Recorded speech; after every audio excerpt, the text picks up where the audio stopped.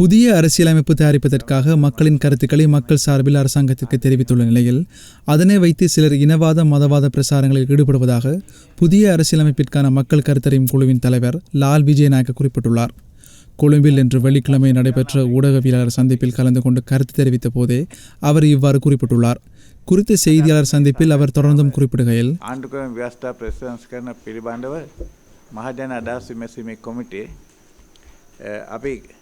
අපේ ප්‍රධාන කාර්යය අවසන් කරලා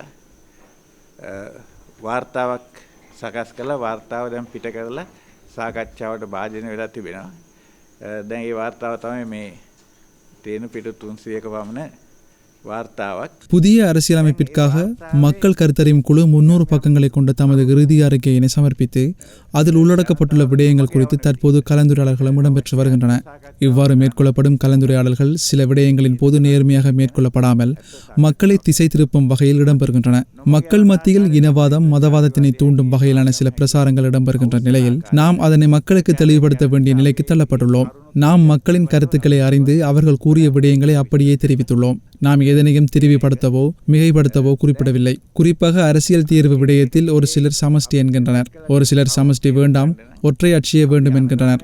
இவ்வாறான மக்களின் கருத்துக்களை மக்கள் சார்பில் நாம் வெளிப்படுத்தியுள்ள நிலையில் இனவாதத்தினையும் மதவாதத்தினையும் தூண்டும் வகையிலான பிரச்சாரங்கள் மேற்கொள்ளப்படுகின்றன.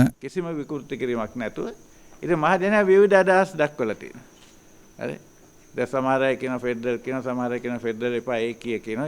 ඒ වගේ අපි මේ අදහස් ඔක්කොම දක්වලා තියෙනවා. ඒ ගැන විතරක් නෙවෙයි නොයෙකුත් වෙනත් ප්‍රශ්න ගැන.